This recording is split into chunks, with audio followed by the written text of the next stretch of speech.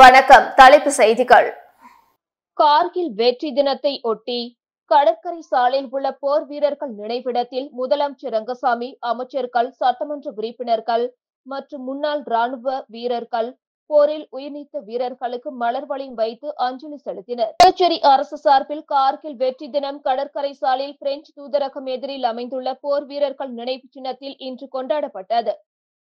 இவ்விழாவில் முதலமைச்சர் ரங்கசாமி கலந்து கொண்டு வீரர் நினைவு சின்னத்திற்கு மலர் வளையம் வைத்து கார்கில் போரில் உயிர்நீத்த வீரர்களுக்கு அஞ்சலி செலுத்தினார். இதனைத் தொடர்ந்து சட்டப்பேரவைத் தலைவர் செல்வம், அமைச்சர்கள் நமச்சிவாயம், லட்சுமி நாராயணன், திருமுருகன், சட்டப்பேரவை துணைத் தலைவர் ராஜவேலு, அரசு கொறடா ஆறுமுகம், சட்டமன்ற உறுப்பினர்கள் பாஸ்கர் என்கிற தட்சிணாமூர்த்தி, ரமேஷ், லட்சுமிகாந்தன் மற்றும் தலைமை செயலர் சரத் சவுகான், காவல்துறை துணை இன்ஸ்பெக்டர் சத்ய சுந்தரம், மாவட்ட ஆட்சியர் திரு குலந்துங்கன், இந்திய கடலோர காவல் படை, தேசிய மாணவர் படை அதிகாரிகள் மற்றும் முன்னாள் ராணுவ வீரர்கள் பலரும் போர் வீரர் நினைவு சின்னத்திற்கு மலர் வளையம் வைத்து கார்கில் போரில் உயிர்நீத்த வீரர்களுக்கு அஞ்சலி செலுத்தினர். நிகழ்ச்சி நிறைவாக 2 நிமிடம் மௌன அஞ்சலி செலுத்தப்பட்டது.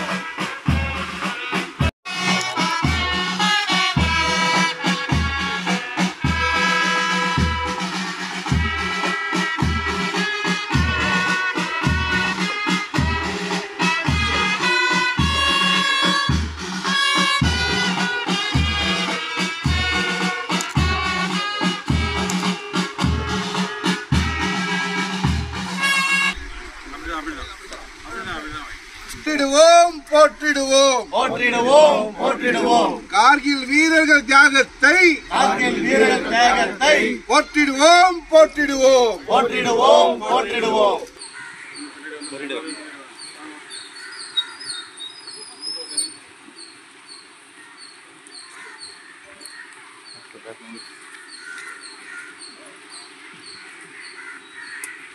இரண்டாம் கட்ட முதுநிலை கவுன்சிலிங்கில் பங்கேற்கவுள்ள மாணவர்களின் பட்டியலை சென்டாக் வெளியிட்டுள்ளது.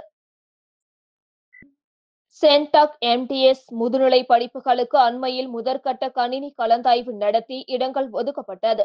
சீட் கிடைத்த மாணவர்கள் கல்லூரியில் சேர்ந்தனர். முதற்கட்ட கலந்தாய்வு முடிவில் அரசு ஒதுக்கீட்டு இடங்களில் மகாத்மா காந்தி பல் மருத்துவக் கல்லூரியில் 8 பேர், மாஹியில் 3, வெங்கடேஸ்வரா 3 என மொத்தம் 14 பேர் சேர்ந்தனர்.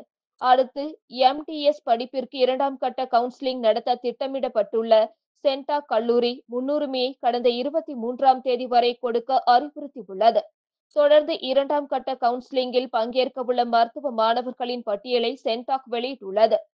அரசு ஒதுக்கீட்டு இடங்களுக்கு 37 பேர், நிர்வாக இடங்களுக்கு 10 பேர் என மொத்தம் 47 பேர் விண்ணப்பித்துள்ளனர்.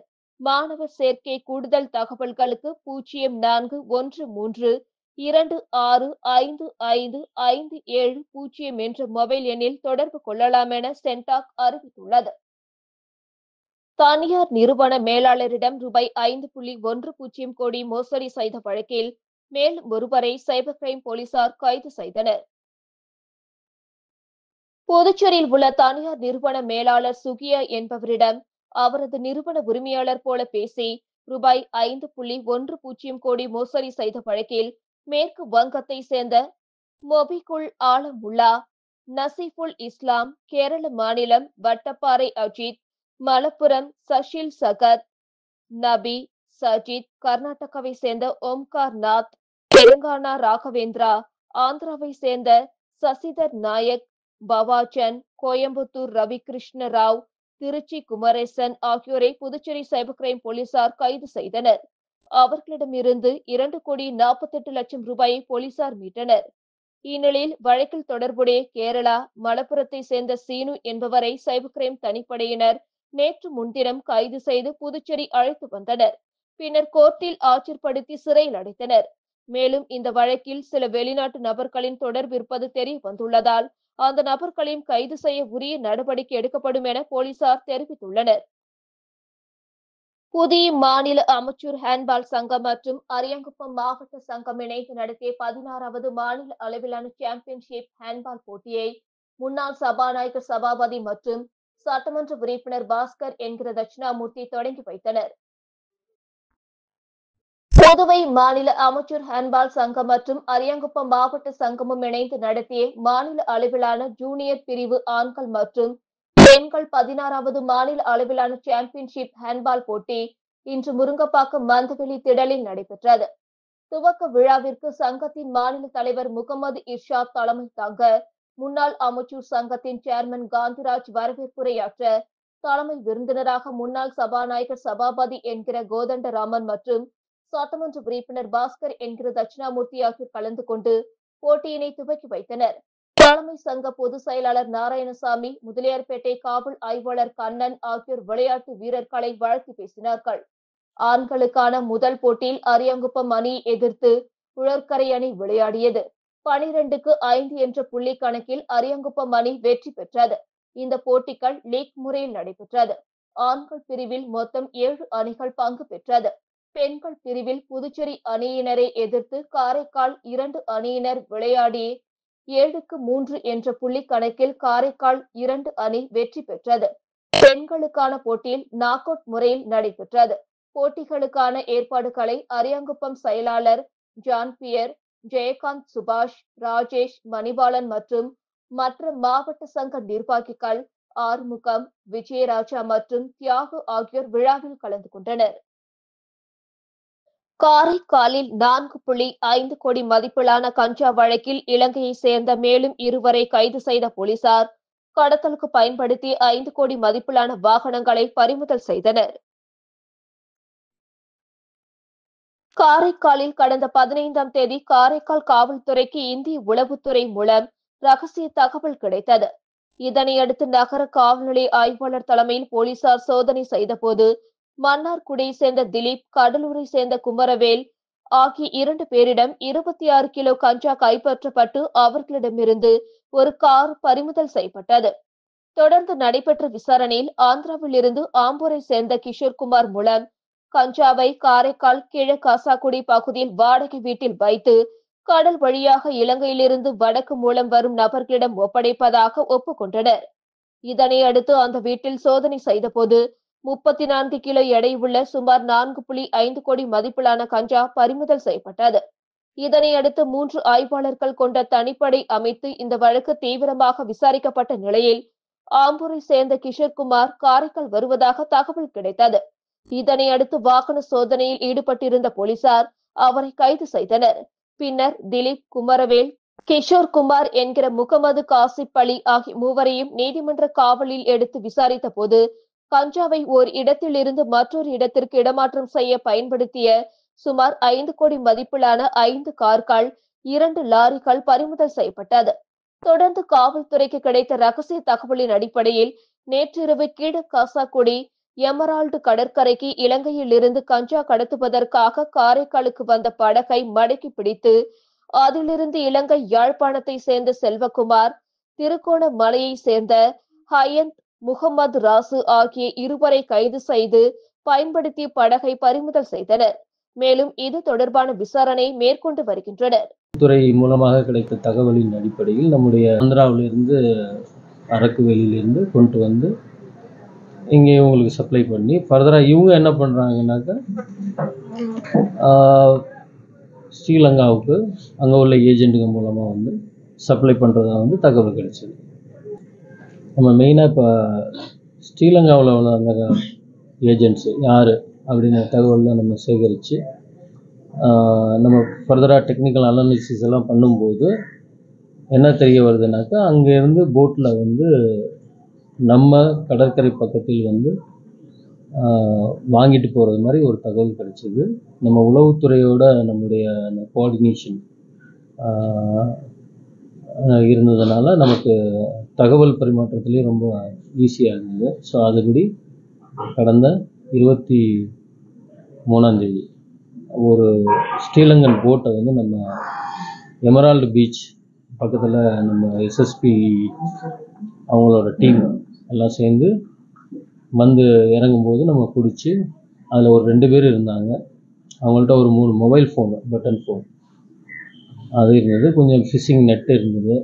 இதெல்லாம் நம்ம சீஸ் பண்ணி அவங்க 2 பேரையும் நம்ம டீடைன் பண்ணி ஃபர்தராக இன்ட்ராகேஷன் பண்ணும்போது நமக்கு தெரிய வந்தது இவங்க தான் வந்து அந்த ஸ்ரீலங்கன் ஏஜென்ட்டை அனுப்பி வச்ச ஆளுங்க அப்படின்ட்டு. புதுச்சேரி தொழிலாளர் துறை சார்பில் வரும் 30ஆம் தேதி வேலைவாய்ப்பு முகாம் நடைபெற உள்ளதாக தெரிவிக்கப்பட்டுள்ளது. புதுச்சேரி தொழிலாளர் துறை வெளியிட்டுள்ள செய்திக்குறிப்பில், புதுச்சேரி அரசு வேலைவாய்ப்பு அலுவலகம் சார்பில் தொழிலாளர் துறை வளாகத்தில் வருகிற 30ஆம் தேதி வேலைவாய்ப்பு முகாம் நடக்கிறது.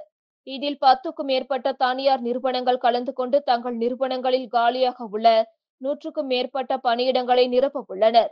இதில் என்ஜினியரிங் பட்டப்படிப்பு, ஐடிஐ, கலை அறிவியல் பட்டம் பெற்றவர்கள், கணினி பொறியாளர்கள் பங்கேற்கலாம். இந்த முகாமில் கலந்து கொள்பவர்கள் தங்களது சுய விவரம் மற்றும் கல்வி தகுதிக்கான அசல் நகல் சான்றிதழ்களுடன் வருகிற 30ஆம் தேதி தொழிலாளர் துறை வளாகத்திற்கு வந்து நேரில் கலந்து கொள்ளலாம் என குறிப்பிடப்பட்டுள்ளது.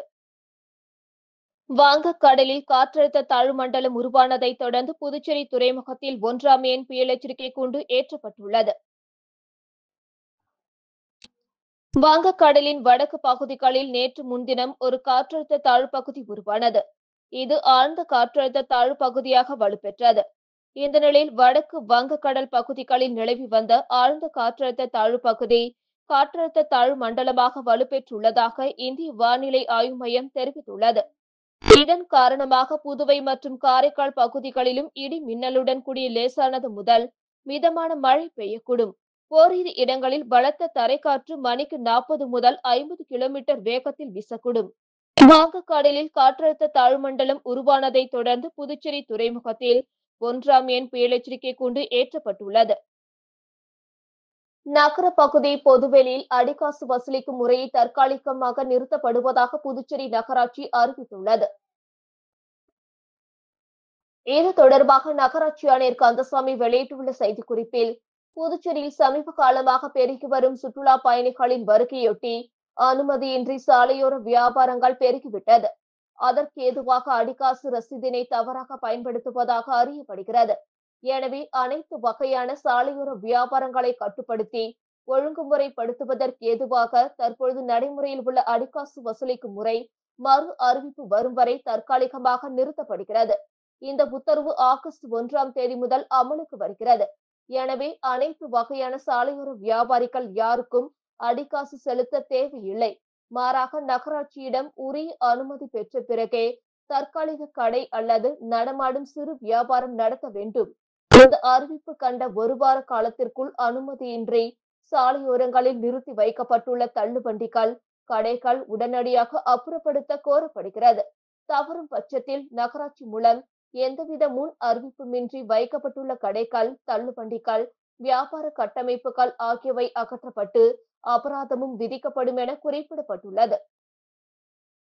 புதுச்சேரியில் ஜூஸ் கடையின் பூட்டை உடைத்து ரூபாய் 2000 திருடிய பிரபல திருடனை போலீசார் கைது செய்தனர். புதுச்சேரி திருவண்டார்கோவில் பெட்ரோல் பங்க் அருகே சதீஷ்குமார் என்பவர் ஜூஸ் கடை நடத்தி வருகிறார். கடந்த 22ஆம் தேதி நள்ளிரவில் கடையின் பூட்டை உடைத்து மர்ம நபர் ரூபாய் 2000 பணத்தை திருடி சென்றதாக திருபுவனை காவல் நிலையத்தில் சதீஷ் புகார் அளித்திருந்தார். புகாரின் பேரில் போலீசார் வழக்கு பதிவு செய்து விசாரணை மேற்கொண்டு வந்தனர். இந்த நிலையில் நேற்று மாலை திருவண்டார்கோவில் ஏரிக்கரை அருகே போலீசார் ரோந்து பணியில் ஈடுபட்டிருந்தனர். அப்பொழுது பைக்கில் வேகமாக வந்த இளைஞரை பிடித்து விசாரணை நடத்திய போது அவர் முன்னுக்கு பின் முரணாக பதிலளித்ததால் சந்தேகமடைந்த போலீசார் அவரை காவல் நிலையம் அழைத்து சென்று விசாரணை மேற்கொண்டனர். விசாரணையில் சேலம் மாவட்டம் சினிமா நகர் பகுதியை சேர்ந்த பாண்டியன் என்பதும் அவர் ஓட்டி வந்தது திருட்டு பைக் என்பதும் தெரிய வந்தது. மேலும் புதுச்சேரி மற்றும் தமிழக பகுதிகளில் 78க்கும் மேற்பட்ட திருட்டு வழக்குகள் உள்ளது என்றும் கடந்த 22ஆம் தேதி ஜூஸ் கடை உடைத்து பணம் திருடியதும் தெரிய வந்தது. இதனையடுத்து பாண்டியனை கைது செய்த போலீசார் அவரிடமிருந்து ஆணி பிடுங்கி கம்பிகள், டார்ச் லைட் மற்றும் பைக்கை பறிமுதல் செய்தனர். பின்னர் நீதிமன்றத்தில் ஆஜர்படுத்தி காலாப்பட்டு மத்திய சிறையில் அடைத்தனர். புதுச்சேரியில் சட்டத்துக்கு புறம்பாக முறைகேடுகள் செய்து 3 போக்சோ வழக்குகளை மூடி மறைத்த காவல் கண்காணிப்பாளர் செல்வம் மீது நடவடிக்கை எடுக்க கோரி மக்கள் குறைதீர்வு கூட்டத்தில் டிஐஜியிடம் தமிழக வாழ்வுரிமை கட்சியினர் மனு அளித்ததால் பரபரப்பு ஏற்பட்டது. புதுச்சேரி காவல்துறை சார்பில் உருளையன்பேட்டை காவல் நிலையத்தில் மக்கள் குறைதீர்ப்பு கூட்டம் நடைபெற்றது. இதில் டிஐஜி சத்ய சுந்தரம் கலந்து கொண்டு மக்கள் குறைகளை கேட்டறிந்து தீர்வு கண்டார். மக்கள் குறைதீர்வு கூட்டத்திற்கு வந்த தமிழக வாழ்வுரிமை கட்சியின் மாநில அமைப்பாளர் ஸ்ரீதர் தலைமையிலான கட்சியினர் டிஐஜி சத்ய சுந்தரத்தை சந்தித்து மனு அளித்தனர். அந்த மனுவில் புதுச்சேரியில் தற்பொழுது காவல் கண்காணிப்பாளராக உள்ள செல்வம் 2017ஆம் ஆண்டு பெரியகடை காவல் நிலையத்தில் ஆய்வாளராக இருந்தபொழுது அவரால் விசாரிக்கப்பட்டு வழக்கு பதிவு செய்யப்பட்ட 3 போக்சோ வழக்குகள் சரிவர விசாரணை செய்யவில்லை. அவருடைய பணியின் அலட்சியமாக கோப்புகளை நீதிமன்றத்தில் ஒப்படைக்காமல் அருகில் உள்ள ஒதியஞ்சாலை காவல் நிலையத்திற்கு உட்பட்ட வழக்கு எண் 141 கீழ் 2019இல் நகை திருட்டு வழக்கின் FIR பெரியகடை காவல் நிலைய வழக்காக மாற்றி காட்டியுள்ளார்கள். எனவே ஒரு FIR-ஐ மறைக்க சட்டத்துக்கு புறம்பாக பல்வேறு முறைகேடுகள் நடந்துள்ளது. எனவே காவல் கண்காணிப்பாளர் செல்வம் மற்றும் ஆய்வாளர் செந்தில்குமார் மற்றும் உதவி ஆய்வாளர் முத்துக்குமார் இவர்கள் மீது சட்ட ரீதியான நடவடிக்கை எடுக்க வேண்டும். மீண்டும் மூடி மறைக்கப்பட்ட போக்சோ வழக்குகளை விசாரணை செய்ய வேண்டும். அப்படி இல்லாத பட்சத்தில் வழக்கை சிபிஐயிடம் ஒப்படைக்க நீதிமன்றத்தில் வழக்கு தொடரப் போவதாகவும் அவர் எச்சரித்தார். 2017-18 ஆண்டு காலத்தில் அப்பொழுது பணிபுரிந்த செல்வம் அவர்கள், அதாவது அந்த காவல் நிலையத்தோட ஆய்வாளர், அவர் பணிபுரிந்த அந்த காலத்திலே 3 போக்சோ வழக்குகள், அதாவது ஆசிரமத்தில் நடந்த ஒரு சிறுமி பாலியல் மற்றும் அது மட்டும் இல்லாமல் 2 பெண் குழந்தைகள் பாலியல் சம்பந்தமான 3 வழக்குகளை FIR-ஆக பதிவு செய்கிறார். ஆனா பதிவு செய்த செல்வம் ஆய்வாளர் அவர்கள் அந்த FIR அந்த பதிவோட நிறுத்திட்டாரு. அந்த பதிவுக்கு அப்புறம் அந்த ரெக்கார்டை FIR காப்பி கோர்ட்டுக்கு அனுப்பல. அது சம்பந்தம் எந்த ஒரு விசாரணை நடத்தல.